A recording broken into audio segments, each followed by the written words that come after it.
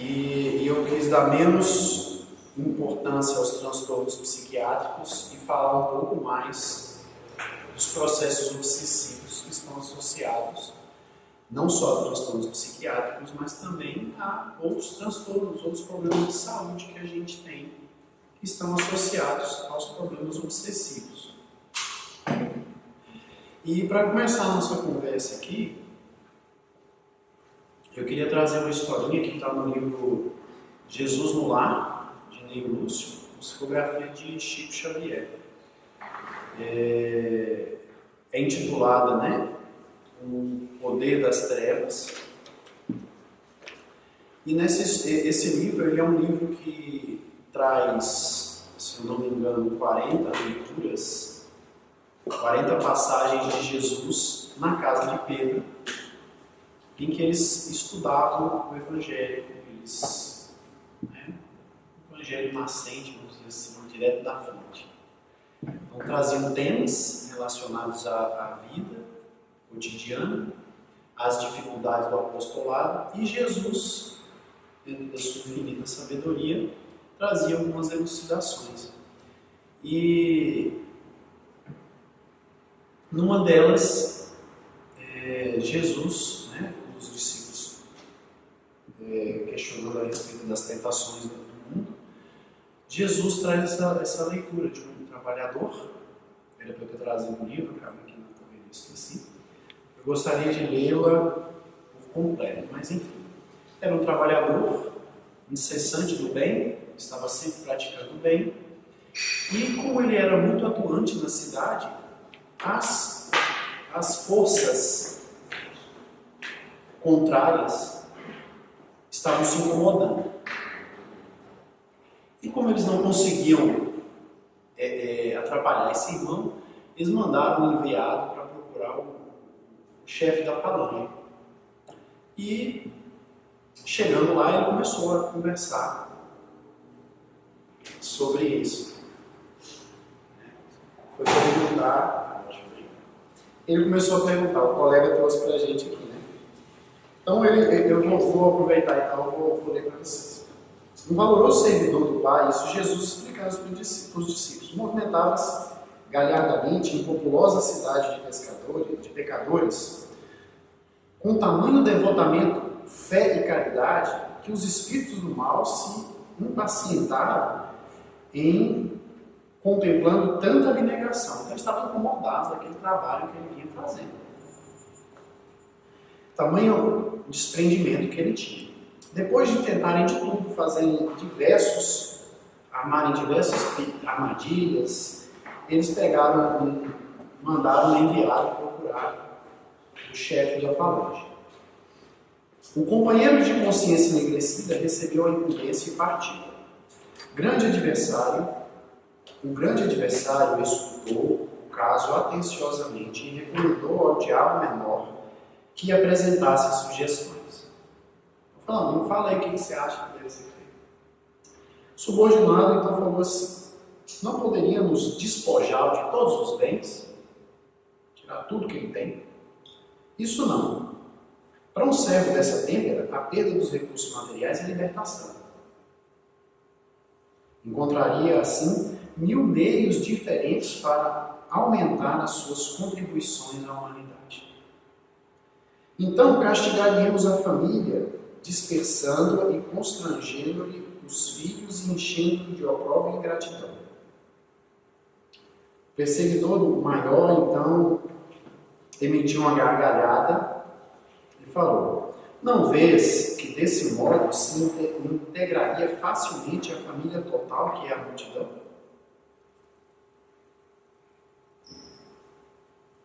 O embaixador desapontado deu outra sugestão. Será talvez conveniente flagelemos o corpo? Privemo-los de feridas e aflições? Nada disso.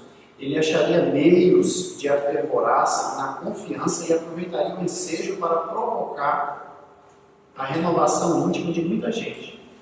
Ele se tornaria um mártir. E com toda dor, ele ia ser um exemplo. Pelo exercício da paciência e da serenidade na dor. Movimentaremos a calúnia, a suspeita, o ódio gratuito de todos contra ele. Para quê? Transformar-se-ia num mártir redentor de muitos. Mártir redentor de muitos. Valer-se-ia de toda perseguição para melhor engrandecer diante do céu. Já desesperado, né? O embaixador do mal fala assim: será enfim que seria melhor assassinarmos ele sem piedade? Que dizes?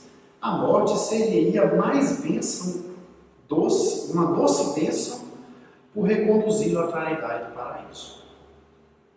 E aí o embaixador já estava ali sem nenhuma sugestão,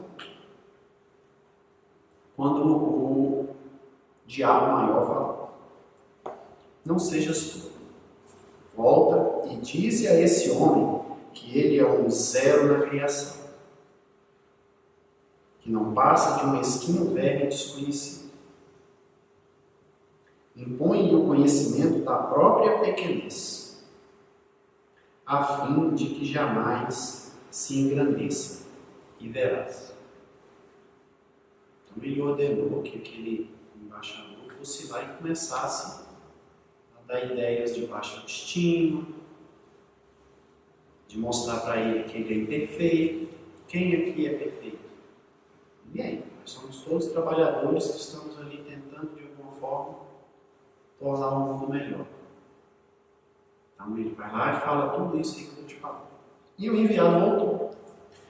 Rodeou o valente servidor com pensamentos de desvalia acerca da pretendida insignificância e desfechou-lhe perguntas mentais como estas: como atreves a admitir algum valor em tuas obras destinadas ao povo? Não te sentes simples joguete de paixões inferiores da carne? Não te envergonhas da animalidade que trazes no ser? É interessante essa pergunta, porque todos nós trazemos animalidades no ser. Todos nós somos imperfeitos ainda. Mas essas ideias, quando elas começam a crescer dentro de nós, elas nos tiram do caminho. Que pode um grão de areia perdido no deserto não te reconhece na posição de obscuro fragmento de lama? O valoroso colaborador interrompeu as atividades que lhe diziam respeito e, depois de escutar longamente as perigosas insinuações, esqueceu que a oliveira frondosa começa no grego frágil e deitou-se desalentado, no leito do desânimo e da humilhação, para despertar na hora em que a morte lhe descortinava no infinito da vida. Jesus silenciou contemplando a noite calma. Simão Pedro pronunciou uma prece sentida e os apóstolos, em companhia dos demais, despediram-se na noite, cismarentos e espantadiços. Então, lá na época, muito obrigado, Jesus já advertia os discípulos acerca da obsessão.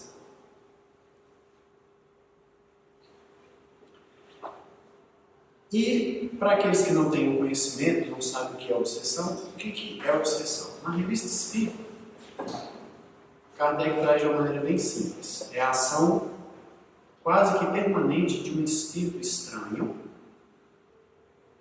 que faz com que a vítima seja induzida por necessidade a agir de um jeito ou de outro, num sentido ou naquilo. É a ação persistente que um espírito mau exerce sobre o indivíduo. É interessante a gente observar a seguinte situação: estranho e vítima. Mais para frente a gente vai falar por que isso aqui está grifado. Uma outra explicação, já de Manuel Filomeno de Miranda, no livro Tormentos da Obsessão. Podemos dizer, portanto, que a obsessão pode ser considerada como um choque de retorno da ação infeliz perpetrada contra alguém que enlouqueceu de dor e de revolta. Aí já começa a fazer sentido por que está grifado no espírito estranho. Porque, na verdade, os processos que nós passamos na vida, sejam eles quais forem, é o retorno das ações que nós plantamos em outras existências. Quais são as causas das obsessões? Lá em Loucura e Obsessão, Manuel Filomeno de Miranda nos diz: não há quem logre dilapidar o patrimônio da ordem e do bem sem incidir na compulsória reabilitação, que sempre se apresenta no curso da evolução do ser, reajustando e ensinando-lhe o respeito e o amor à vida. Então, quando a gente vai ao contrário das leis de Deus, nós vamos sofrer essas sanções. Não é porque Deus vai castigar, é porque nós plantamos, nós vamos colher. E muitas vezes vem em formas de obsessão e de adoecimento. No Livro dos Espíritos, Kardec nos esclarece o seguinte: tendo todo homem espíritos com quem simpatizam, os espíritos estranhos são atraídos por essa coletividade pela identidade dos gostos e ideais. Então, os espíritos que se aproximam de nós, sejam para nos influenciar positivamente ou negativamente, eles são afins. São espíritos próximos a nós de alguma forma, ligados a nós de alguma maneira. Em suma, que esses agregados de pessoas, tanto quanto os indivíduos, são mais ou menos bem assistidos e influenciados de acordo com a natureza dos sentimentos dominantes entre os elementos que os compõem. Então, tudo está relacionado à sintonia, padrão vibratório, frequência de pensamento. E aí que começa a acontecer as influenciações, as ligações entre o espírito e o encarnado, entre o encarnado e o desencarnado, entre o encarnado e o encarnado. E até de um encarnado para si mesmo. No livro Filosofia Espírita, Miramês traz o seguinte comentário da pergunta 521 do Livro dos Espíritos: se queres conhecer a população oculta que vive em uma nação, observa os costumes das criaturas que ali vivem. Mas para a gente ilustrar essa questão da afinidade. Cada criatura, já em Missionários da Luz, recebe o alimento mental que lhe é trazido por aqueles com quem convivem, temperado com o magnetismo de cada um. Então a gente recebe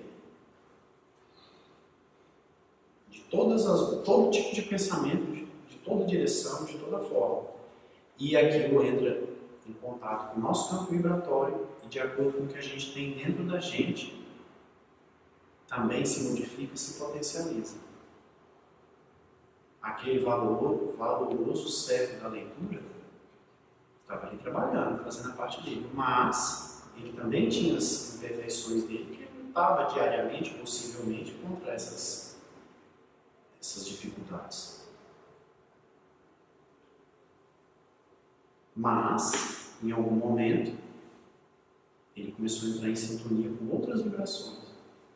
E aquilo que ele tinha dentro dele como um adoecimento, que estava ali para se tratar, que está ali para se tratar, foi crescendo e tornou um quadro mais agravado de saúde.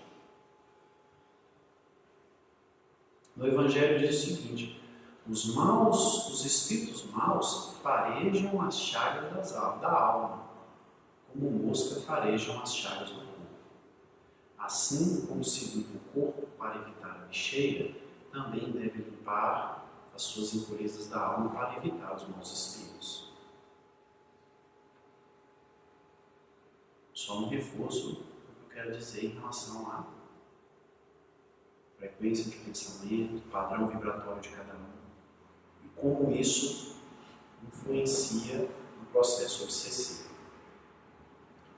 E quais são os tipos de obsessões?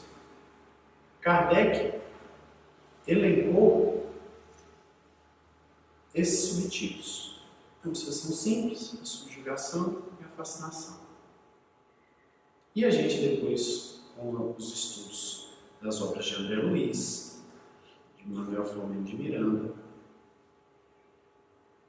os processos obsessivos se mostraram muito mais detalhados e complexos do que simplesmente essa explicação que Kardec trouxe. Então, uma obsessão simples é uma ação constante ali de um espírito, que às vezes coíbe a pessoa a agir de um jeito, às vezes não. A subjugação já é uma coisa que impõe mais a vontade, já é uma ligação mais forte. E a fascinação é uma ligação mental, em que ambos comungam do mesmo pensamento. Às vezes se confundem. O mesmo pensamento, a mesma forma de agir. A mudança de valores que às vezes a pessoa começa a ter, uma inversão de tomar o mal pelo bem. Então é uma obsessão no campo mental. Às vezes não é tão direta, a ponto de coibir a pessoa fazendo alguma coisa como na subjugação. Mas talvez é uma das mais perigosas, porque ela é muito sutil, ela começa de maneira sutil. Ainda dentro dos tipos de obsessão, que eu acho que é uma das que a gente deve sobressaltar, principalmente no que diz respeito aos processos de adoecimento psíquico, no livro Loucura e Obsessão, ele explica que a gente vê-se ali um caso de auto-obsessão por abandono consciente dos interesses objetivos. Um abandono consciente da vida e dos interesses objetivos. Quando o indivíduo mantém intensa vida mental em ações criminosas, que oculta mascarando para o cotidiano, a duplicidade do comportamento constitui cruel transtorno que ele carga em silêncio.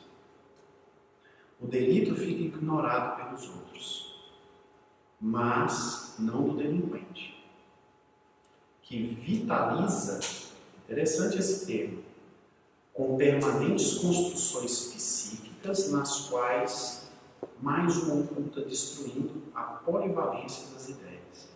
Uma pessoa que vive em função do mal, do erro, da dissonância com as leis de Deus, ele começa a criar em torno dele um padrão de pensamento único, fechado no mal. E aí ele fala aqui, essa expressão vitaliza, traz ao corpo orgânico.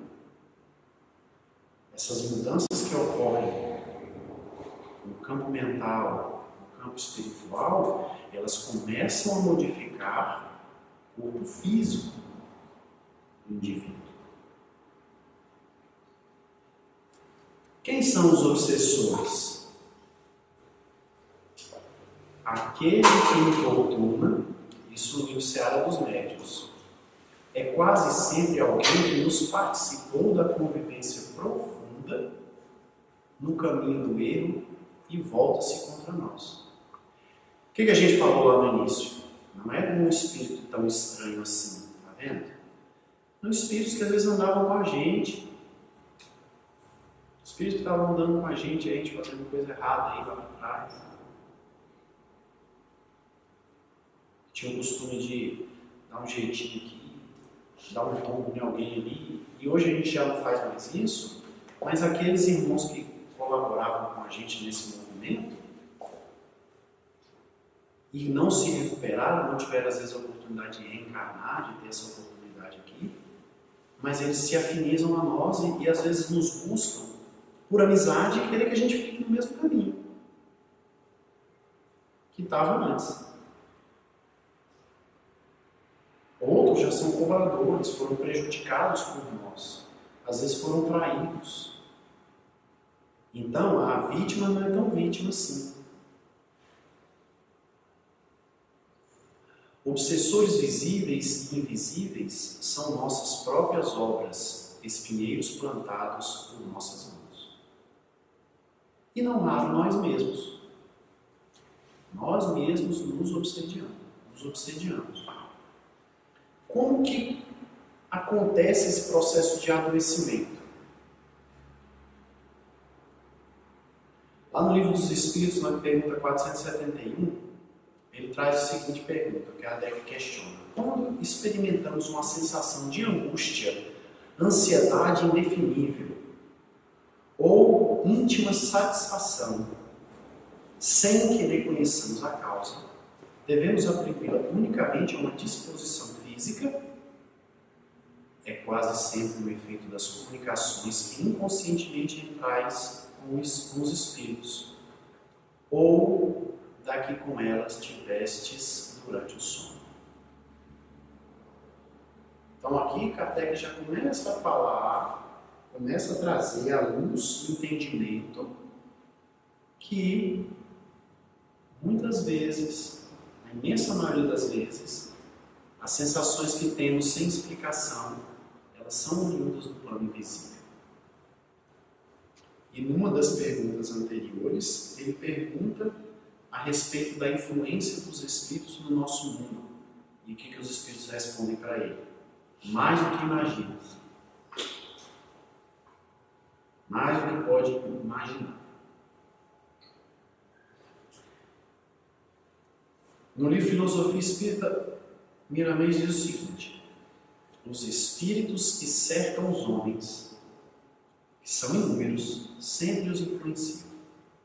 Em constante troca de ideias, mais do que se pensa. Os de má índole aproveitam as oportunidades de invigilância e de falta de oração para influenciarem do mesmo modo como pensam e agem. E quando não se acha um momento oportuno, eles criam situações para que o homem possa cair nas armadilhas dos seus desequilíbrios. Às vezes eles vão tentar criar uma oportunidade para se aproximar de nós, porque são espíritos afins. No livro Loucura e Obsessão, ele explica o seguinte: o modelador biológico imprime automaticamente nas delicadas engrenagens do cérebro e do sistema nervoso os fatores de que necessitam para progredir, asas para a liberdade ou presídio para a reeducação. Quem é esse modelador biológico? A qual Filomeno de Miranda, melhor, Bezerra de Menezes, ao explicar que Filomeno de Miranda se refere. O modelador biológico.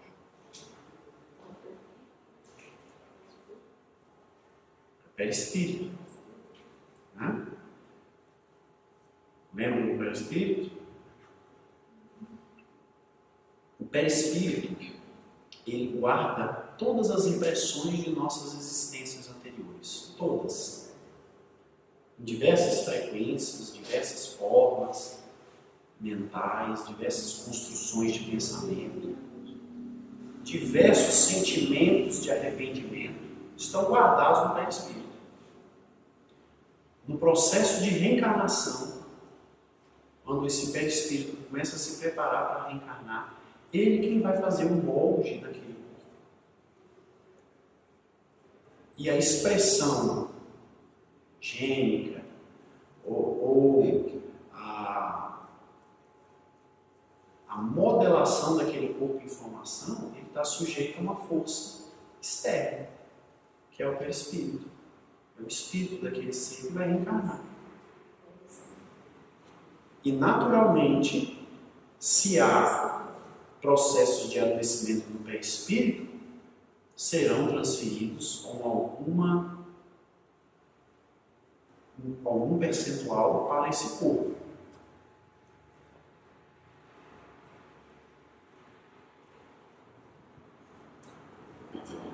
O homem absorve matéria mental em todas as horas do dia, ambientando-a dentro de si mesmo, nos círculos mais íntimos da própria estrutura fisiológica. Isso não é mencionado da luz. Então, a gente, voltando um pouquinho, então ele explica do modelador biológico. Aqui a gente falou do processo de formação do corpo. Mas isso ocorre dinamicamente, não é só na hora que o corpo está se formando lá na barriga da mamãe, não. Nós estamos constantemente modelando o nosso corpo. A cada instante tem células se formando no nosso organismo, com algumas poucas exceções. Mas essas exceções não deixam de estar submetidas a essa impressão do espírito. E ela continua absorvendo matéria mental, seja criada por nós, seja criada pelos espíritos que nos rodeiam.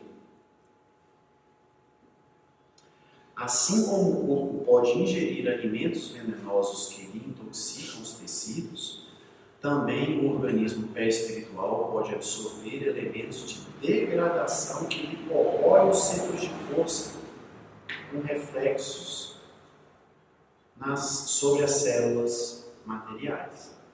Então aqui, quando o Espírito explica para André Luiz que nos processos íntimos da estrutura fisiológica, é que as células elas são alteradas, elas podem ser alteradas pelo pensamento, pela influência, até por um desejar mal ao próximo, você pode influenciar.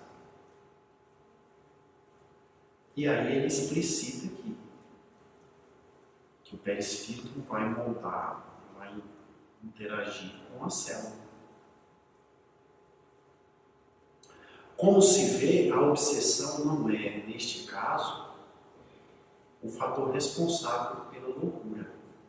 A autopunição gerou o quadro de resgate para o infrator da lei.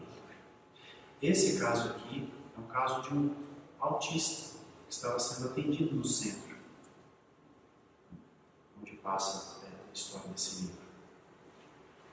E Filomeno de Miranda pergunta: cadê os espíritos que obsediam esse irmão? Eu falo: não, esses espíritos já foram afastados, já tem tempo. Mas esse processo todo que você vê aí é uma construção dele próprio, por achar que tinha o direito de fazer o que fazia e não se convencer de que estava errado e tentar esconder isso de todo mundo, que foi o que ele tinha feito na encarnação anterior.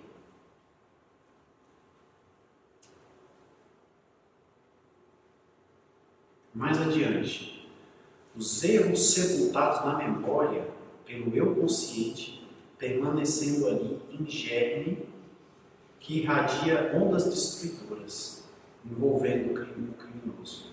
Às vezes envolve em estados depressivos graves. Então, muitas vezes, nós temos ali armazenado no nosso perispírito, no nosso campo mental, um processo de adoecimento íntimo, seja ele qual for, ausência de perdão, arrependimento improdutivo, sentimentos de vingança, de crueldade, que estão ali registrados, a gente nem lembra disso. Estão registrados no nosso campo espiritual. E dependendo do nosso comportamento, da nossa forma de agir, eles eclodem, trazendo adoecimento. Noutras, surgem com complexos de culpa, com fundamento real para eles mesmos, para eles mesmos que se tornam desconfiados. Então, os sentimentos de culpa se tornam tão fortes que eles começam a ficar desconfiados, se sentindo perseguidos, fazendo quadro torpes de alucinação e caindo nas malhas da loucura. Então aqui ele cita alguns exemplos, de adoecimento da época? Às vezes não. E muitas vezes leva o espírito ao abismo do suicídio. Artifícios que buscam para aniquilar os dramas tormentosos que esfacelam interiormente. Então, se o espírito, se o irmão não tem um entendimento a respeito do suicídio, muitas vezes ele, num ato de desespero, ele vai em busca disso.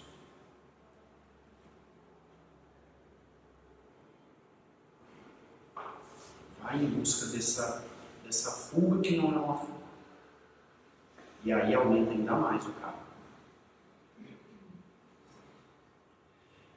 Refugiando-se na negação do fato do crime, porque acredita ter no direito de haver feito, e não se arrependia honestamente, imprimiu no corpo físico os limites do movimento que produziu a prisão na qual se encastelava. Então ele ainda está falando daquele irmão com um quadro de autismo, com sequela motora, porque ele foi criando, ele foi imprimindo no corpo físico os limites daquele pensamento único de achar que tinha o direito de fazer o mal que ele fazia. Entre os auto-obsediados encontramos também os narcisistas, que abrem as portas da mente a parasitoses espirituais muito sérias, como decorrência da conduta do passado. Mais para frente a gente vai falar um pouquinho mais dessas parasitoses espirituais. Aqueles inimigos desencarnados que se lhe acercam pioraram-lhe a expiação, mas é o espírito calceta quem se impõe os sofrimentos que sabe lhe serão benéficos para a redenção. E às vezes o próprio espírito sabe que ele tem que expiar aquilo. Então, no livro Memórias do Suicida, aqueles companheiros, né, do autor do livro, né, do Camilo, eles se sentiam tão arrependidos em determinadas coisas, principalmente em relação ao ato do suicídio, que foi imprimindo, ele relata no livro que foi imprimindo no perispírito a deficiência relacionada, por exemplo, ao tiro que ele tinha dado no ouvido, às sequelas físicas que ele tinha infligido a si mesmo por ter se atirado na frente do trem. E aquilo vai vir com ele. Muitas vezes ele tem que passar por aqui. Mas algumas vezes os espíritos pioram a expiação. E como que isso se dá? Como eles podem piorar? Eles podem piorar por uma dominação magnética. Ele neutraliza a vontade na intimidade do cosmos intracraniano. A invasão da força que lhe subjuga as células nervosas, reduzindo a condição de escravo temporário do hipnotizador. Então o espírito ele pode fazer isso. Claro que ele tem que ter abertura para isso. Aí vemos, em tese, um processo que se utilizam os desencarnados de condição inferior, consciente ou inconsciente, na cultura do vampirismo.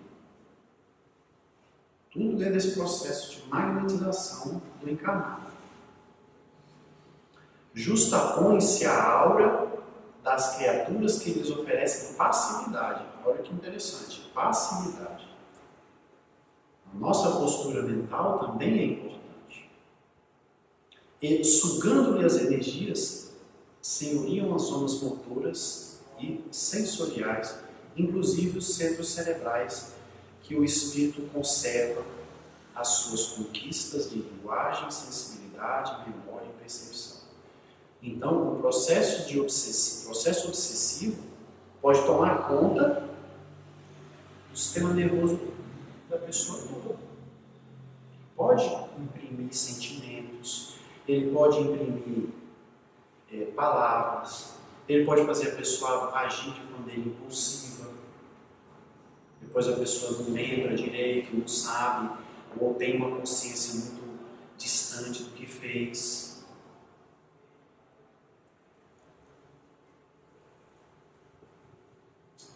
Criando doenças fantasmas de todos os tipos, que se alongam no tempo, operam a degenerescência dos tecidos orgânicos, estabelecendo um império de moléstias reais que persistem até a morte.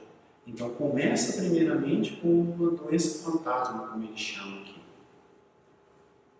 Mas com o passar do tempo, aquela água mole em pedra dura ali, vai criando um circuito doentio de impulsos nervosos. Ou de deterioração celular. Vai ali. Quando eu estava estudando neuroanatomia, lá muitos anos atrás, eu lembro da explicação do professor a respeito de como que a gente aprende a andar de bicicleta. No primeiro momento, a gente tem que se equilibrar muito, cai ali, até você conseguir criar um circuito motor ligado ao cerebelo que se torna automático. Depois de anos sem andar de bicicleta, você sobe na bicicleta ali, mas você consegue equilibrar e vai embora. Porque ficou impresso, digamos assim, aquele circuito neurológico ali, de como você se equilibra, quais são os movimentos que você tem que fazer no corpo para poder se equilibrar. Agora fazendo isso para essa situação aqui. Um espírito que está ali, envolvendo um irmão, que começa a imprimir um pensamento, diariamente, 24 horas por dia, durante o sono em que você se desliga, ele fica ali perto do seu corpo, perturbando o seu sono, imprimindo um pensamento, uma forma de agir, ele vai criando um circuito e começa a trazer adoecimento real. Os propósitos sinistros dos perseguidores se fazem patentes por vagarosa destruição de fibras e células nervosas. Então ele explica mais uma vez que a ação hipnótica, né, promove uma destruição do campo físico, do campo orgânico. Dominadas as vias do equilíbrio no cerebelo, envolvidos os nervos ópticos pela influência dos hipnotizadores, seus olhos espantados davam ideia dos fenômenos alucinatórios que lhe acometiam a mente, deixando perceber o baixo teor das visões e audições inferiores a que se via submetido. Então aqui André Luiz traz o relato de uma senhora que estava sob ação hipnótica. Então ele começou a modificar os circuitos neurológicos e começou a imprimir na visão daquela irmã, no campo visual daquela irmã, imagens alucinatórias. Isso e também nas vias auditivas. Então ela começou a ter alucinações, vivência psicótica, agitação, tudo isso. Começou a aplicar energias perturbadoras ao longo dos olhos, torturando as fibras de sustentação, não somente o cristalino. Em ambos os órgãos visuais, denunciava o fenômeno alucinatório. Hipnotizavam as vítimas, impondo-lhe tormentos psíquicos que desejavam.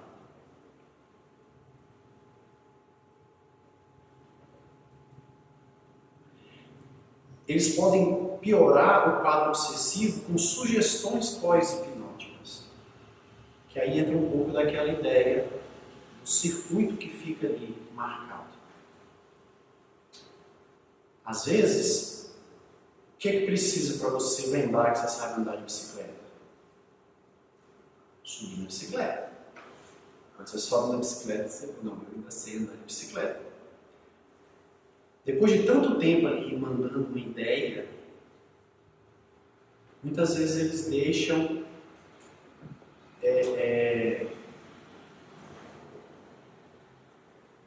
deixam um circuito ali pré-programado para disparar aquela ideia. E o paciente, ele fica ali com um pensamento repetitivo. Ele não consegue sair daquilo muitas vezes. Às vezes o espírito nem está mais próximo, mas ali fica o pensamento em volta, circulando. E aí, André Luiz, no livro de Libertação, explica melhor a vampirização. Uma coleção de mentes em formas ovoides ligadas ao cérebro da senhora flagelada. Todo mundo sabe o que é uma forma ovoide?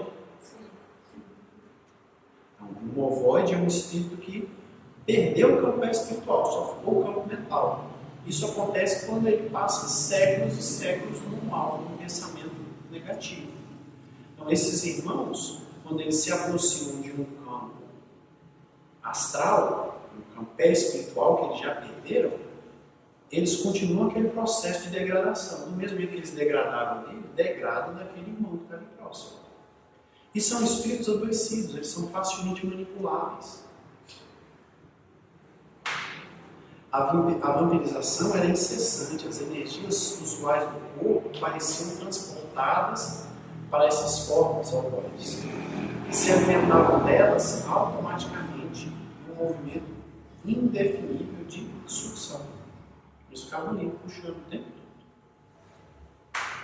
Outras formas de piorar o processo de adoecimento são micro-organismos psíquicos. Então André Luiz observou naquele irmão que ele estava lá, sendo auxiliado, diversos bacilos de natureza psíquica, completamente desconhecidos na microbiologia. Entretanto, formavam também colônias. Reconhecer ali o ataque de elementos vitais no corpo físico, atuando com maior potência no centro destrutivo sobre as células mais delicadas. Da mesma forma que a gente bebe uma água contaminada, como um alimento contaminado se contamina,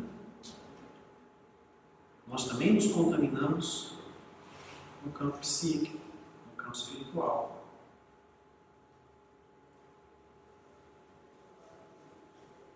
São bacilos psíquicos de torturas sexuais produzidos pela sede febril dos prazeres inferiores.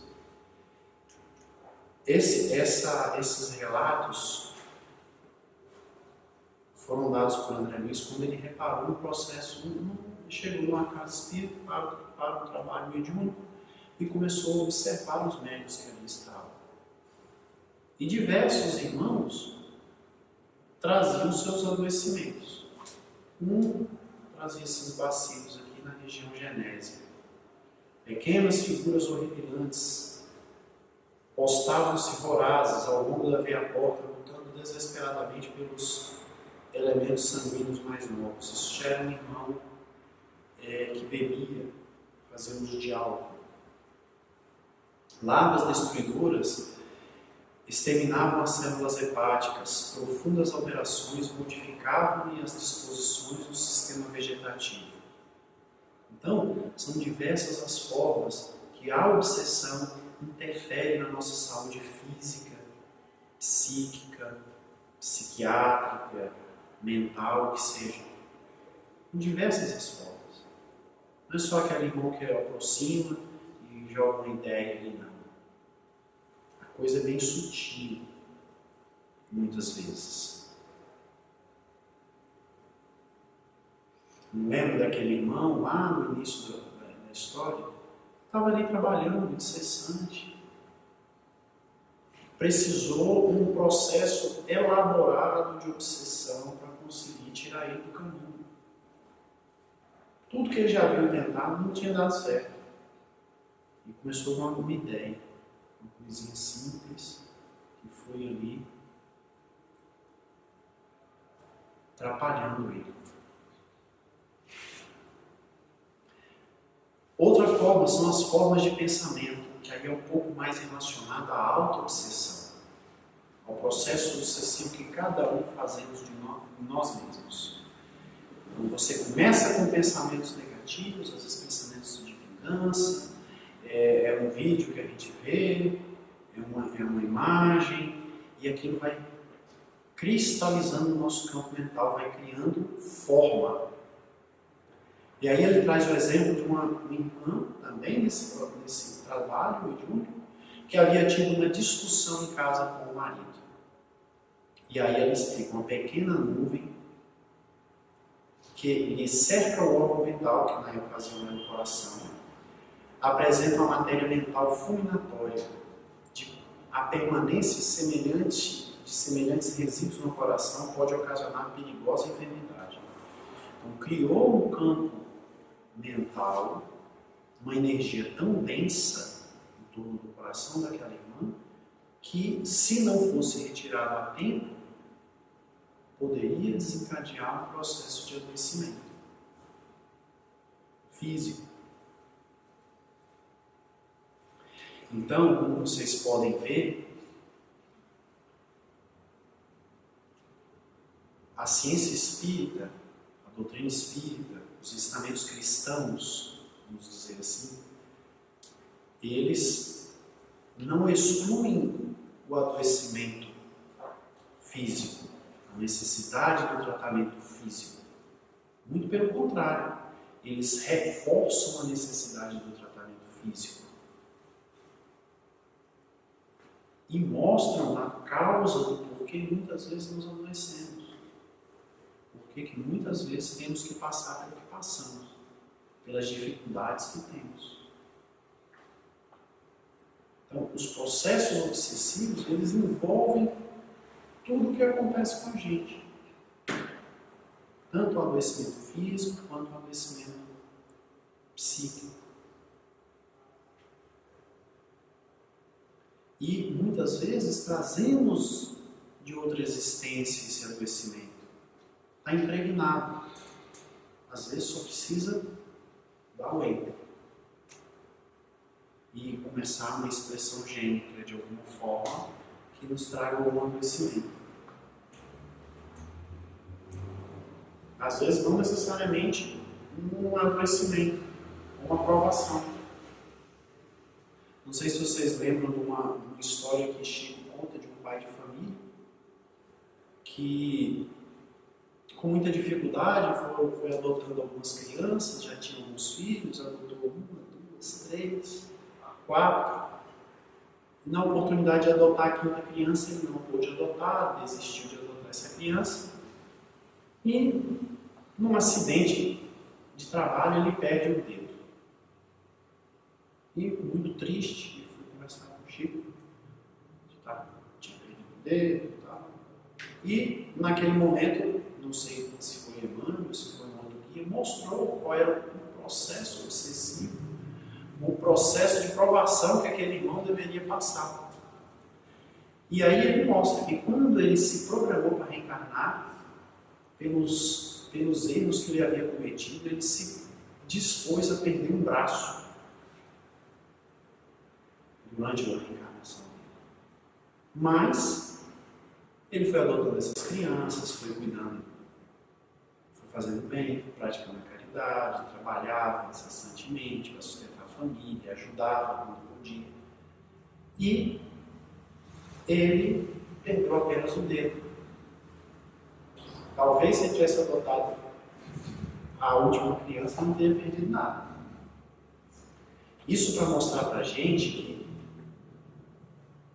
a lei de ação e reação, ela não é fixa. Eu cortei um braço, eu tenho que nascer e perder um braço.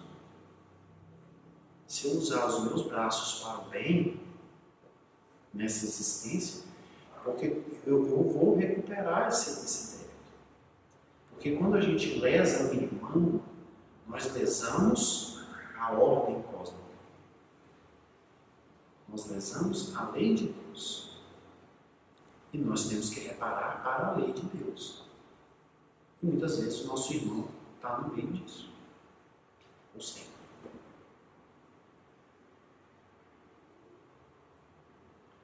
Alguém tem algum questionamento? Alguma observação? Fique à vontade. O que a gente faz então para não sofrer com esses processos obsessivos? O que Jesus nos ensinou? Amar o próximo, a si mesmo e a Deus sobre todas as coisas. orai e vigiai.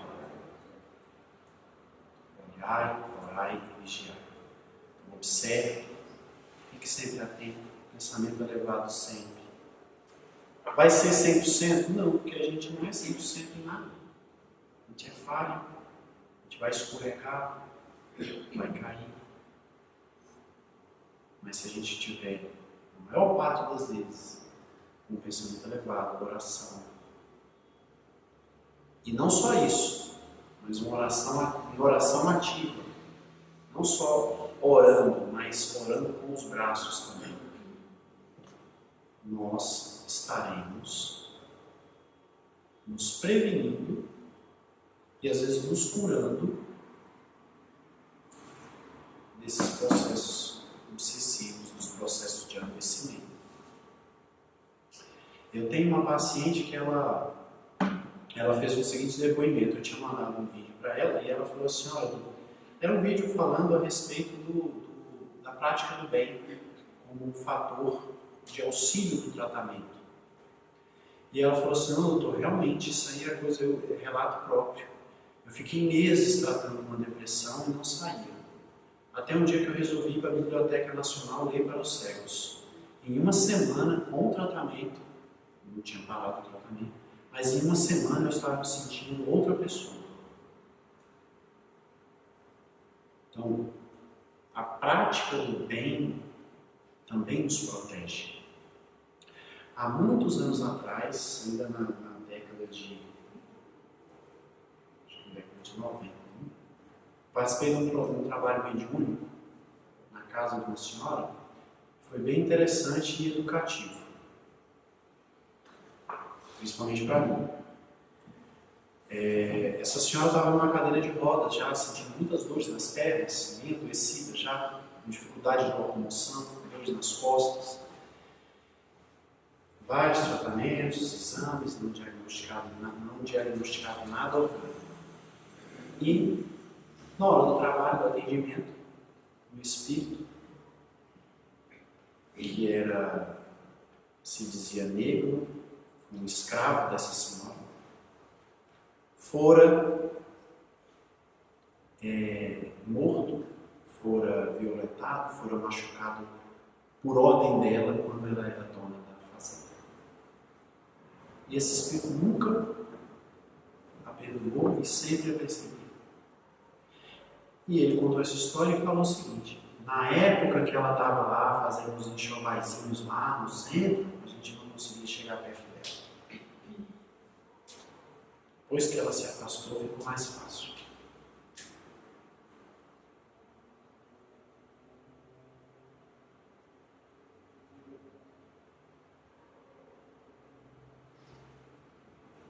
Mais alguém?